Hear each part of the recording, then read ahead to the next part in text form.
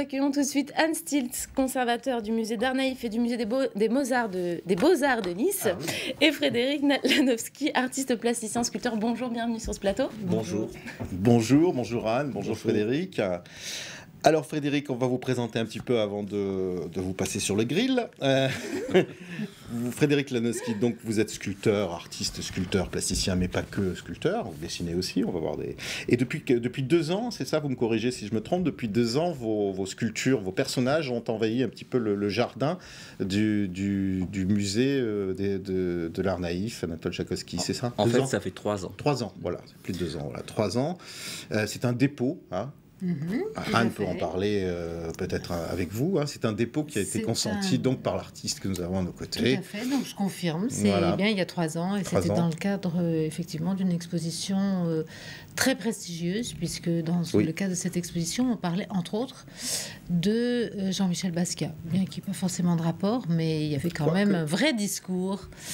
Mais bon, on ne va pas revenir 3 ans en arrière. Non, alors on vous reçoit justement ici, c'est pas pour parler de ce dépôt, là on voit les images de votre famille de personnages, puisqu'ils ont investi cette fois l'intérieur du musée avec une nouvelle version, on va dire, une nouvelle façon de travailler, puisque cette fois les vêtements qui sont représentés sur les personnages sont réalisés avec des vêtements bien réels, pour le coup, qui sont passés à la résine, enfin vous allez nous expliquer tout ça, mais qui sont des vêtements de récupération.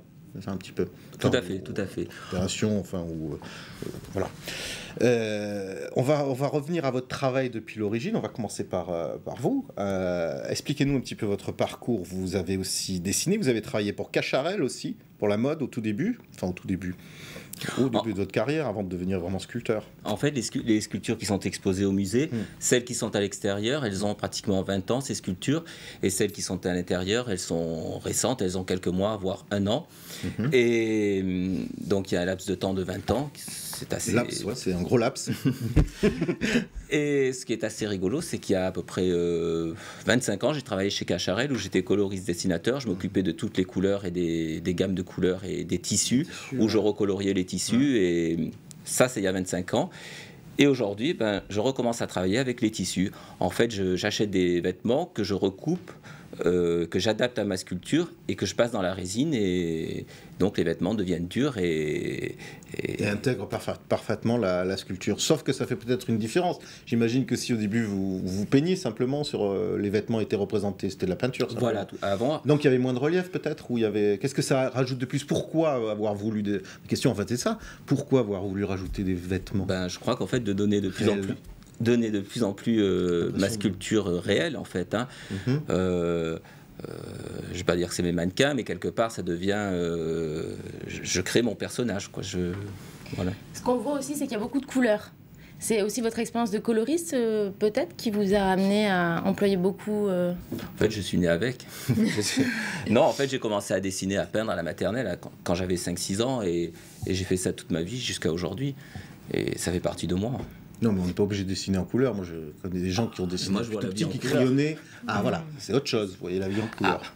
Pourquoi vous la voyez en noir et blanc? Non, ici, tout est en couleur, et même bientôt en haute définition. La vie en couleur et avec beaucoup de lumière. Oui, la lumière est importante. On voit les dessins, justement. Alors ça, ce sont des dessins préparatoires ou pas? Parce que vous dessinez, ce qu'on a oublié de dire, on va le dire tout de suite, c'est que votre principale activité, en tout cas pour le moment, c'est la sculpture, mais vous avez aussi produit pas mal de dessins, un peu en amont, beaucoup d'aquarelles. Pendant, beaucoup d'aquarelles. Et là, vous nous avez prêté, ce sont des dessins peut-être préparatoires, là, en l'occurrence, puisqu'on voit des détails des vêtements, des choses comme ça.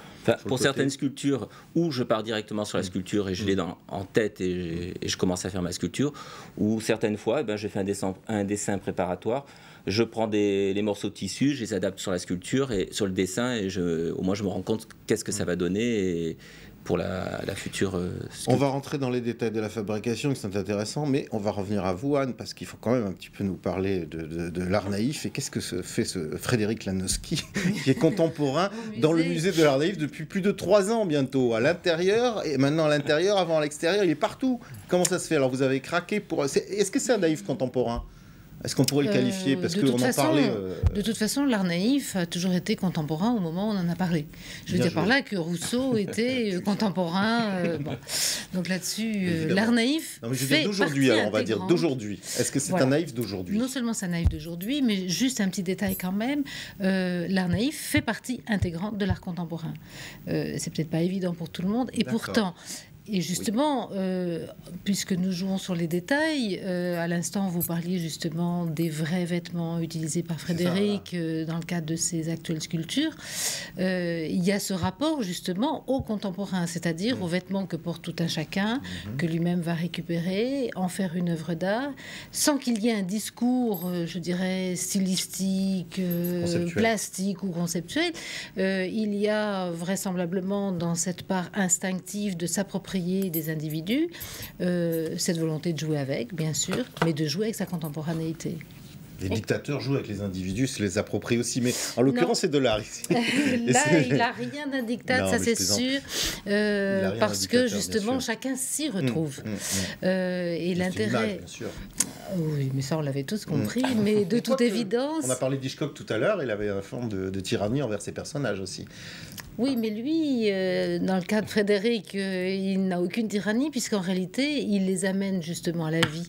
Non seulement il les amène à la vie, mais en fait, il ne se sert pas d'une vie, je dirais, abstraite. C'est la question que je voulais lui demander. Voilà. D'où viennent ces personnages, en fait? Il va jouer sur le fait que chacun se retrouve un peu. Question à laquelle il ne veut pas répondre, bien sûr. Qu'est-ce qui vous inspire? Voilà, pour parler plus simplement, est-ce que vous avez conscience de vous inspirer dans la réalité de gens vus dans la rue à un moment donné, une silhouette, une attitude, un vêtement, pourquoi pas une allure? Parce que souvent, ils sont assez typés, on peut ressembler à des touristes, mais qui est touriste, qui ne l'est pas? On est toujours le touriste de quelqu'un, disait le grand philosophe. On est même touriste dans sa propre ville parfois. Est-ce que c'est des personnages qui sont toujours, on a l'impression, alors il y a deux caractéristiques, vous allez me dire si je me trompe ou pas, on a l'impression qu'ils sont interrompus, figés dans une action, interrompus dans le fil de leur propre histoire. C'est pour ça que je voulais dire que vous n'avez pas le travail d'un statuaire, bon, c'est des sculptures, des personnages, mais ce n'est pas le travail de sculpteur. Le mot sculpteur est un peu impropre, parce que dans le mot sculpture, on a l'impression qu'il y a quelque chose qui est figé dans une posture, dans une attitude. Évidemment, il y a une posture, mais on dirait que c'est une attitude qui a été coupée à un moment donné, comme un arrêt sur image. On a l'impression qu'il y a une histoire, un récit narratif, on aimerait en savoir un petit peu plus. Merci de nous éclairer.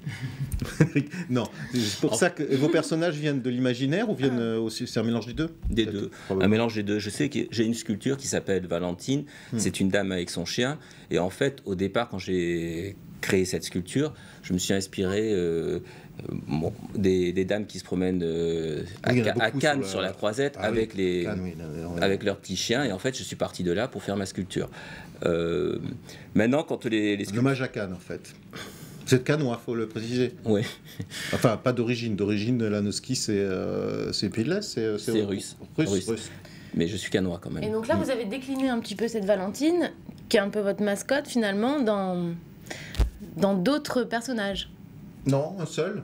Non, c'est un seul. C'était un exemple de personnage qui a été créé de façon à peu près consciente. Elle a existé, ça c'est sûr. Voilà, de façon consciente, on va dire. Après, les autres, des fois, ça met de l'imaginaire aussi. C'est les gens qui m'entourent, c'est mon entourage, mes amis, ma famille. On a vu du dessin, alors justement, par rapport à vos influences, moi, j'imaginais qu'on n'était pas loin de la bande dessinée. On parlait d'un acte qui était interrompu, enfin, une action, une histoire, une narration par rapport à votre façon de travailler. On a l'impression qu'il y a du mouvement qui est suggéré, en tout cas un récit qui est suggéré, une aventure. On a l'impression que ces personnages viennent aussi du même univers d'ailleurs, d'une planète extérieure, on ne sait pas de quelle planète, la planète Lanoski probablement. Et je voulais savoir si la BD vous avait inspiré, parce que... Pas trop. Pas trop, non. Hein. Non, je ne suis pas trop BD. Hein. Je suis pas... Et l'illustration peut-être. Des gens comme Follon par exemple, hein. Pour les couleurs, pour l'univers un peu lunaire, un peu... Non plus. Hein. Je sais que vous êtes très difficile, Frédéric Lanoski, à interviewer. Non, mais c'est peut-être là où l'art naïf intervient, si je peux essayer de mettre tout le monde d'accord. Moi, je pense que... Ok, je suis allé à l'école, je suis allé à la Villa Thiol à Nice, et je suis allé aux Beaux-Arts, mais je pense que je suis quand même assez autodidacte, et voilà, vous avez oublié tout ce qu'on vous a appris pour retrouver l'instinct, en fait, c'est ce que j'ai essayé. Comme un enfant, en fait, finalement. Enfin, de repartir à l'origine, en tous les cas. À l'origine. Voilà. C'est ce que j'ai essayé de faire quand j'étais aux Beaux-Arts, ce qui était complètement à l'envers de ce qu'on pouvait nous... Mais c'est ce qui m'a intéressé. Mais justement, vos personnages aussi, on peut les voir sous un autre angle, ils ont quelque chose aussi d'outrancier, voire caricatural. Est-ce que... Mais c'est pas sous cet angle-là que je les vois, mais on peut voir une certaine ironie, on peut voir une certaine naïveté, ou alors une certaine ironie, ou pas. Il peut y avoir aussi un... Non, Anne. Oui, là, il faut que j'intervienne parce que vous le mettez sur le grill. Il y a un moment où il faut quand même revenir. Mais c'est sûrement une chose, c'est que en réalité, caricature ou pas, il va pas réfléchir dans ce cadre-là. On en a. Il va pas vouloir faire quelque. Non.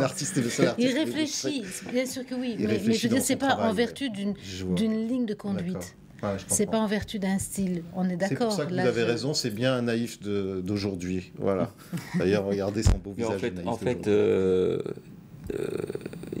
ça a toujours été dans l'art naïf, c'est plutôt des peintres, c'est pas tellement des sculpteurs. Oui, c'est ce que je voulais vous demander. Il y a beaucoup de peinture, il y a très peu de sculpture dans l'art naïf. Dans l'art naïf, vous avez de tout. Vous avez des architectes, vous avez des sculpteurs, vous avez des peintres, vous avez des graphistes, vous avez même des graveurs. Il y a effectivement en majorité des artistes qui vont travailler en 2 dimensions. On va s'arrêter là parce que ça peut être aussi toutes sortes de récupérations. L'expo dure... Voilà, je m'excuse de vous couper comme ça brutalement, mais l'expo, on est obligé de... L'expo dure jusqu'à quand? Elle est visible jusqu'à quand? Au moins jusqu'au mois d'avril.